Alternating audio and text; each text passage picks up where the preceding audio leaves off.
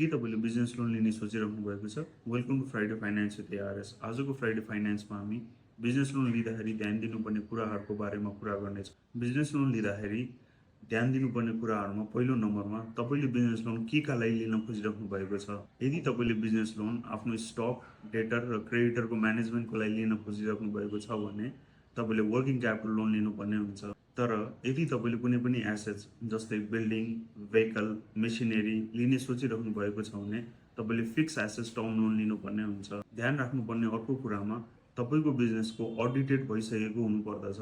त्यसको साथसाथै यदि तपाईँको टर्नओभर 2 करोडभन्दा माथि छ भने ट्याक्स क्लियरेन्स म्यान्डेटरी हुन्छ। यसको साथसाथै प्रोजेक्टेड फाइनेन्सियल स्टेटमेन्ट ब्याङ्कले दिनुपर्ने हुन्छ।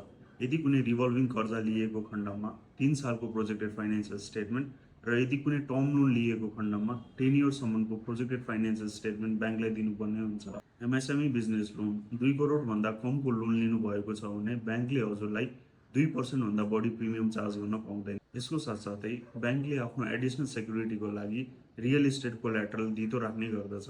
आजको लागि फ्राइडे फाइनेन्समा यति नै। ब्याङ्क लोन सम्बन्धी कुनै पनि जानकारी चाहिएमा हामीलाई सम्पर्क गर्नुहोला। यस्तै इन्फर्मेटिभ भिडियोको लागि stay tuned and thank you.